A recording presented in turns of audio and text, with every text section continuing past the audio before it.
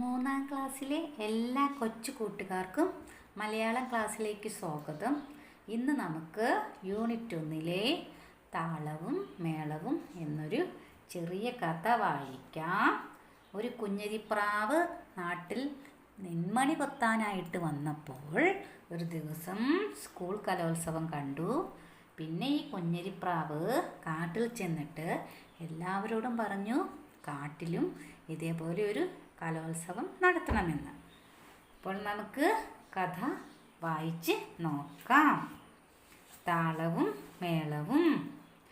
താളവും ഈണവും നിറഞ്ഞ ഭാഷയാണ് നമ്മുടെ മലയാളം.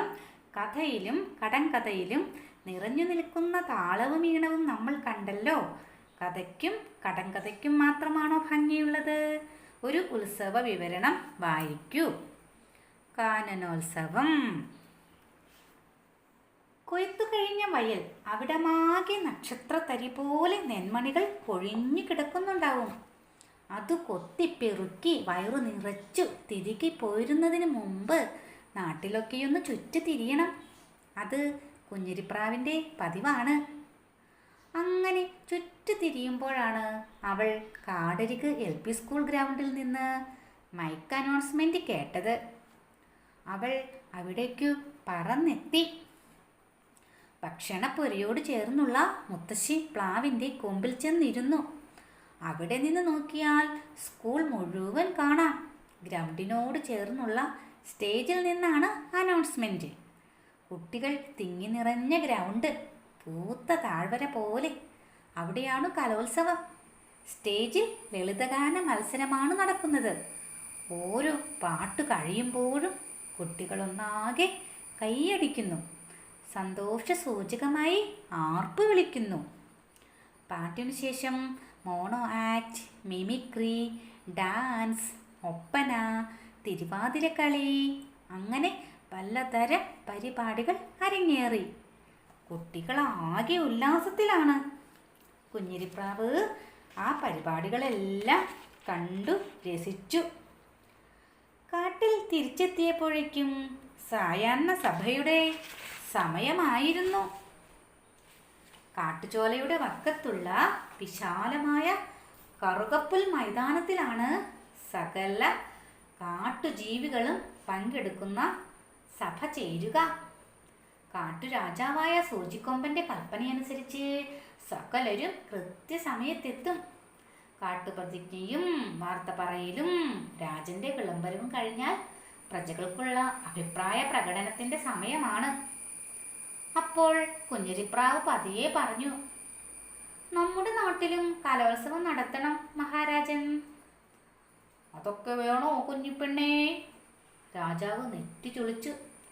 ശരിയാ, അതൊക്കെ വലിയ പൊല്ലാപ്പാണ് മഹാരാജൻ. മുയിലച്ചൻ തൊഴുകയോടെ പറഞ്ഞു. വേണ്ട വേണ്ട, അതൊന്നും വേണ്ട. ഇവൾ ഓരോന്നിങ്ങനെ കൊണ്ടുവരും. മനുഷ്യരുടെ ഓരോരോ കോമാളിത്തരങ്ങൾ. കരടിക്കുട്ടൻ തറപ്പിച്ചു പറഞ്ഞു. Silence silence. അല്ല കുഞ്ഞരിപ്രാവേ, എന്താണ് ഈ കലോത്സവം? നീയൊന്നു പറ, മഹാരാജാവ് കൽപ്പിച്ചു. താൻ കണ്ട കലോത്സവത്തെപ്പറ്റി കുഞ്ഞരിപ്രാവ് വിശദമായി പറഞ്ഞു. നമ്മുടെ കാട്ടിലെല്ലാവരും കലാവാസനയുള്ളവരാണ്. അവരെല്ലാം ചേർന്നുള്ള കലോത്സവം വേണം രാജൻ. മന്ത്രി മൈലമ്മ വ്യക്തമാക്കി. പ്രജകളുടെ ഒത്തൊരുമയ്ക്കും സന്തോഷത്തിനും അത്തരം പരിപാടികൾ നല്ലതാണ്. കുയിലമ്മ മന്ത്രിയെ പിന്താങ്ങി. കാട്ടുകായികോത്സവം പോലെ ഇതും നമുക്ക് നടത്താവുന്നതാണ്, സുന്ദരിക്കാക്ക പറഞ്ഞു. കലാമേളയിൽ എന്തെല്ലാം ഇനങ്ങൾ വേണം? കുഞ്ഞിക്കുറുക്കൻ തിരക്കുകൂട്ടി. പാട്ട്, നൃത്തം, കൂവൽ, കുറുകൽ, ഓരിയിടൽ, ഫാഷൻ ഷോ, ഡിസ്കോ, മിമിക്രി. നിർദ്ദേശങ്ങളുടെ നീണ്ട നിര തന്നെ ഉണ്ടായി. എന്നാണു കാനനോത്സവം നടത്തേണ്ടത്? രാജാവും ഉത്സാഹത്തിലായി. എന്തിനാ വൈകിക്കുന്നത് മഹാരാജൻ? വരുന്ന സംഗീത ദിനത്തിലാവട്ടെ, കരുത്തൻ പരുന്ത് നിർദ്ദേശിച്ചു. കുഞ്ഞിക്കുരുവി കലാമേളയുടെ അധ്യക്ഷത വഹിക്കും. ചിന്നക്കുയിൽ കൺവീനറും. മന്ത്രി മയിലമ്മ ചുമതലകൾ പ്രഖ്യാപിച്ചു. ആർക്കും മത്സരിക്കാം, പ്രായപരിധിയില്ല. പങ്കെടുക്കുന്നവർ നാളത്തെ സായാഹ്ന സഭയിൽ പേര് തരണം. കുഞ്ഞുകുരുവി ഗൗരവത്തിൽ പറഞ്ഞു. ധാന്ന് പറഞ്ഞതുപോലെ കാനനോത്സവ ദിനമായി. കാടിന്റെ നാനാഭാഗത്തു നിന്നും കാട്ടുജീവികൾ ഓടിക്കൂടി കറുകപ്പുൽ മൈതാനം കാണികളെ കൊണ്ട് നിറഞ്ഞു. സ്റ്റേജിൽ ആദ്യം നടക്കുന്ന ഫാഷൻ ഷോയ്ക്ക് പുള്ളിപ്പുലി പേര് വിളിക്കാൻ തുടങ്ങി. തുടർന്ന് കുയിലിന്റെ നേതൃത്വത്തിൽ പാട്ടു മത്സരമാണെന്ന് അറിയിപ്പുണ്ടായി. നൃത്യങ്ങളിൽ പങ്കെടുക്കുന്നവർ കരുത്തൻ പരുന്തിന്റെ അടുത്ത് ചെന്ന് ഉടനെ നറുക്കെടുക്കണമെന്ന് മൂന്നാമതും അനൗൺസ്മെന്റ് കേട്ടു. മത്സരത്തിൽ ജയിച്ചവരും തോറ്റവരും കൈയടിച്ച് ആർപ്പ് വിളിച്ചു. രാജാവെന്ന നില വിട്ട് ഓരോ മത്സരത്തിലും സൂചിക്കൊമ്പൻ ഒരു കൈ നോക്കി. ഫാഷൻ ഷോയിലും അമറൽ മത്സരത്തിലും മാത്രമേ ജയിക്കാനായുള്ളൂ. കാനനോത്സവം സംഘടിപ്പിക്കാൻ ഐഡിയ തന്നതിന് സൂചിക്കൊമ്പൻ കുഞ്ഞിരിപ്രാവിനെ തളിരിലെ മാല അണിയിച്ചുകൊണ്ട് ആദരിച്ചു. എല്ലാ കൊല്ലവും കാനനോത്സവം നടത്തുമെന്ന് പ്രഖ്യാപിക്കുകയും ചെയ്തു. കാട്ടുകാരെല്ലാം ആർത്തുല്ലസിച്ചാണ് കൂട്ടിലേക്ക് പോയത്. അപ്പോൾ ഈ കുഞ്ഞു കഥ ഇവിടെ തീരുകയാണ്. നിങ്ങൾക്ക് എല്ലാവർക്കും ഈ കുഞ്ഞു കഥ ഇഷ്ടപ്പെട്ട് കാണും അല്ലേ? എന്തായിരുന്നു ഈ കഥയിൽ? കുഞ്ഞിരിപ്രാവ് കാട്ടിൽ ചെന്ന് കാട്ടുത്സവം നടത്തണമെന്ന് പറയുന്നു. സൂചിക്കൊമ്പൻ മഹാരാജാവ് സമ്മതിച്ച് എല്ലാ മൃഗങ്ങളും പിന്നെ ഒത്തൊരുമയോടും സന്തോഷത്തോടും കൂടി മത്സരങ്ങളൊക്കെ സംഘടിപ്പിച്ച് എല്ലാവരും പങ്കെടുത്ത് എല്ലാവർക്കും വളരെ സന്തോഷമൊക്കെ ആകുന്നു. കൂട്ടുകാരൊക്കെ ആർത്തുല്ലസിച്ച് എല്ലാ കൊല്ലവും കാനനോത്സവം നടത്തുമെന്ന് പ്രഖ്യാപിക്കുകയും ചെയ്യുന്നു. അപ്പോൾ അങ്ങനെ കാട്ടിലും ഇവർ ഉത്സവങ്ങളൊക്കെ നടത്തി എല്ലാ കൊല്ലവും ഇങ്ങനെ ഉത്സവങ്ങൾ കൊണ്ടാടുമെന്ന് പറയുന്നു. ഇനി നമുക്ക് ചോദ്യം നോക്കാം. ഇതിലെ ഏതെല്ലാം കലാപരിപാടികൾ നിങ്ങൾ കണ്ടിട്ടുണ്ട്? ഏതെല്ലാം പരിപാടികൾ നിങ്ങൾ കണ്ടിട്ടുണ്ട്? മോണാക്ട്, ഡാൻസ്, നൃത്തം, തിരുവാതിര, പാട്ട്, Oppana, mimicry, fashion show, disco. ഇത്രയും പരിപാടികൾ നിങ്ങൾ കണ്ടിട്ടുണ്ടാവും അല്ലേ? ഇനിയോ സ്കൂൾ കലോത്സവത്തെക്കുറിച്ച് കുഞ്ഞിരിപ്രാവ് നടത്തിയ വിവരണം എഴുതാമോ? അതായത് കുഞ്ഞിരിപ്രാവ് സ്കൂൾ കലോത്സവം കണ്ടല്ലോ നാട്ടിൽ നെന്മണി കൊത്താൻ വന്നപ്പോൾ. അപ്പോൾ എന്തൊക്കെ എഴുതി കാണും? കാടരിക് LP സ്കൂൾ ഗ്രൗണ്ടിലെ അനൗൺസ്മെന്റ് കുഞ്ഞിരിപ്രാവ് കേട്ടു. അവിടെ കലോത്സവം നടക്കുകയായിരുന്നു. അവിടെ അവൾ മുത്തശ്ശിപ്ലാവിൻ്റെ കൊമ്പിൽ വന്നിരുന്നു. അപ്പോൾ അവൾക്ക് സ്കൂൾ മുഴുവൻ കാണാൻ പറ്റി. ഗ്രൗണ്ടിൽ കുട്ടികൾ തിങ്ങി നിറഞ്ഞിരിപ്പുണ്ടായിരുന്നു. പിന്നെയോ ആദ്യം നടന്ന മത്സരം ലളിതഗാന മത്സരമാണ്. പിന്നെയോ ഓണാക്ട്, മിമിക്രി, ഡാൻസ്, ഒപ്പന, തിരുവാതിരകളി, അങ്ങനെ പലതരം പരിപാടികളുണ്ടായിരുന്നു. അങ്ങനെ കുട്ടികളെല്ലാം ഓരോ പരിപാടി കഴിയുമ്പോഴും ആർപ്പ് വിളിച്ചുകൊണ്ടിരുന്നു. അപ്പോൾ ഇതൊക്കെ എഴുതി വയ്ക്കാം. അടുത്ത ചോദ്യം എന്താണ്? പാഠഭാഗത്ത് ചില മത്സര ഇനങ്ങളുടെ പേരുണ്ട്. മറ്റു ചില മത്സര ഇനങ്ങൾ നാം കണ്ടെത്തി. ഇവയെല്ലാം അക്ഷരമാല ക്രമത്തിൽ എഴുതി വയ്ക്കൂ.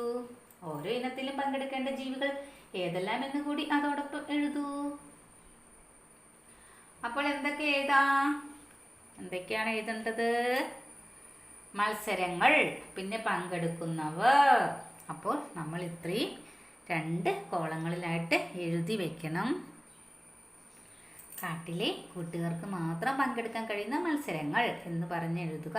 പിന്നെ ആർക്കൊക്കെ അതിൽ പങ്കെടുക്കാം എന്ന് പറഞ്ഞ് എഴുതുക. നീന്തൽ മത്സരം ആർക്കൊക്കെ പങ്കെടുക്കാം? ആമ, തവള, ചീങ്കണ്ണി. പിന്നെ മൂളിപ്പാട്ട് മത്സരമോ? കൊതുക്, വണ്ട്, തേനീച്ച. പിന്നെ മരം ചാട്ടം, മരം കയറൽ, ഇതൊക്കെയോ? അണ്ണ, കുരങ്ങൻ. പിന്നെ കൂവൽ മത്സരം, കുറുക്കൻ, ചെന്നായ, നായ. പിന്നെ പാട്ട് മത്സരം, കുയിൽ, തത്ത. പിന്നെയോ ഒലറൽ മത്സരം, അതാർക്കൊക്കെ പങ്കെടുക്കാം? ഓന, സിംഹം, കടുവ. പിന്നെ ഇഴയൽ മത്സരത്തിന് പാമ്പ്, ഒച്ച്, ഇവയ്ക്കൊക്കെ പങ്കെടുക്കാം. പിന്നെ ഫാൻസി ഡ്രസ്സ്, അതിൽ ഊന്തുകൾക്ക് പങ്കെടുക്കാം. അപ്പോൾ ഇത്രയും നിങ്ങൾ എഴുതി വയ്ക്കുക. അടുത്ത ചോദ്യം എന്താണ്? പാഠഭാഗത്ത് ചില മത്സര ഇനങ്ങളുടെ പേരുണ്ട്. മറ്റു ചില മത്സര ഇനങ്ങൾ നാം കണ്ടെത്തി. ഇവയെല്ലാം അക്ഷരമാല ക്രമത്തിൽ എഴുതി വയ്ക്കൂ. ഓരോ ഇനത്തിലും പങ്കെടുക്കേണ്ട ജീവികൾ ഏതെല്ലാമെന്ന് കൂടി അതോടൊപ്പം എഴുതൂ. ഇപ്പോൾ നമ്മൾ പറഞ്ഞ ഈ മത്സരങ്ങളൊക്കെ അക്ഷരമാല ക്രമത്തിൽ ആദ്യം ആ വരുന്നത് അക്ഷരം, പിന്നെ ആ ഇല്ലെങ്കിൽ പിന്നെ ഈ വരുന്നത്, പിന്നെ ഊ വരുന്നത്, അങ്ങനെ അക്ഷരമാല ക്രമത്തിൽ എഴുതി വയ്ക്കുക. അലറ മത്സരം അ, ഇഴയൽ മത്സരം ഇ, അങ്ങനെ പറഞ്ഞ് നിങ്ങൾ എഴുതി വയ്ക്കുക. ഇനി അടുത്ത ചോദ്യം എന്താണ്? കാട്ടുകലോത്സവത്തിലെ മറ്റേതെങ്കിലും ഒരു മത്സര ഇനത്തിനുള്ള നിയമാവലി തയ്യാറാക്കാമോ? നമ്മൾ സ്കൂളിൽ മത്സരങ്ങളൊക്കെ നടത്തുമ്പോൾ ഓരോ നിയമാവലി ഉണ്ടാവും അല്ലേ? അതായത് ഇപ്പോൾ ഒപ്പന മത്സരമാണെങ്കിൽ ഇത്ര കുട്ടികളാണ് പങ്കെടുക്കാമുള്ളൂ, ഇത്ര മിനിറ്റ്, ഇത്ര സമയമാണ് എടുക്കാമുള്ളൂ എന്നൊക്കെ പറഞ്ഞ് ഓരോ നിയമങ്ങളുണ്ടാവും. അതേപോലെ ഈ കാട്ടിലെ ഉത്സവത്തിന് ഏതെങ്കിലും ഒരു മത്സരത്തിൽ ഒരു നിയമാവലി തയ്യാറാക്കാം. നമുക്കിപ്പോൾ ഒരു മാതൃകയായിട്ട് ഇപ്പം നമുക്ക് എന്ത് എഴുതാം? നൃത്ത മത്സരം എഴുതാം. അപ്പോൾ പിന്നെ എന്താ എഴുതാം? നൃത്ത മത്സരത്തിൽ ഒരു ഗ്രൂപ്പിൽ 6 അംഗങ്ങൾ മാത്രമേ പാടുള്ളൂ, 7 മിനിറ്റിൽ കൂടുതലാകാൻ പാടില്ല, പിന്നെയോ വേഷവിധാനത്തിന് പ്രത്യേക മാർക്കൊന്നുമില്ല, പിന്നെയോ 5നും 10നും അല്ലെങ്കിൽ 5നും 12നും ഇടയിൽ പ്രായമുള്ളവർ മാത്രമേ പങ്കെടുക്കാവൂ. പിന്നെ എന്താണ്? അപ്പോൾ ഇത്രയും നമുക്ക് എഴുതി വെക്കാം. പിന്നെ എന്താണ് അടുത്ത ചോദ്യം? കാട്ടിലൊരു കായികമേള നടത്തുന്നു, അതിൽ എന്തെല്ലാം ഇനങ്ങളുണ്ടാവും? എഴുതി നോക്കൂ. കായികമേളയിൽ എന്തെല്ലാം ഇനങ്ങളുണ്ടാവും? നമ്മളിപ്പോൾ കലോത്സവത്തിൻ്റെ കാര്യമാണ് പറഞ്ഞത് അല്ലേ? കായികമേളയിൽ എന്തൊക്കെ നടത്താം? ഓട്ട മത്സരം നടത്താം, ചാട്ട മത്സരം നടത്താം, നീന്തൽ മത്സരം നടത്താം, പിന്നെ നമുക്ക് ചിറ്റംകളി മത്സരം നടത്താം അല്ലേ? അപ്പോൾ ഇത്രയും മത്സരങ്ങൾ നമുക്ക് കായികമായിട്ട് ഓട്ട മത്സരം, ചാട്ട മത്സരം, ഇഴയൽ മത്സരം, നീന്തൽ മത്സരം, പിന്നെ ചിറ്റംകളി മത്സരം, ഇതൊക്കെ നമുക്ക് കായികമേളയിൽ നടത്താം. അപ്പോൾ ഈ ചാപ്റ്റർ തീർന്നിരിക്കുകയാണ്. ഇനി നമുക്ക് അടുത്ത ക്ലാസ്സിൽ കണ്ടുമുട്ടാം.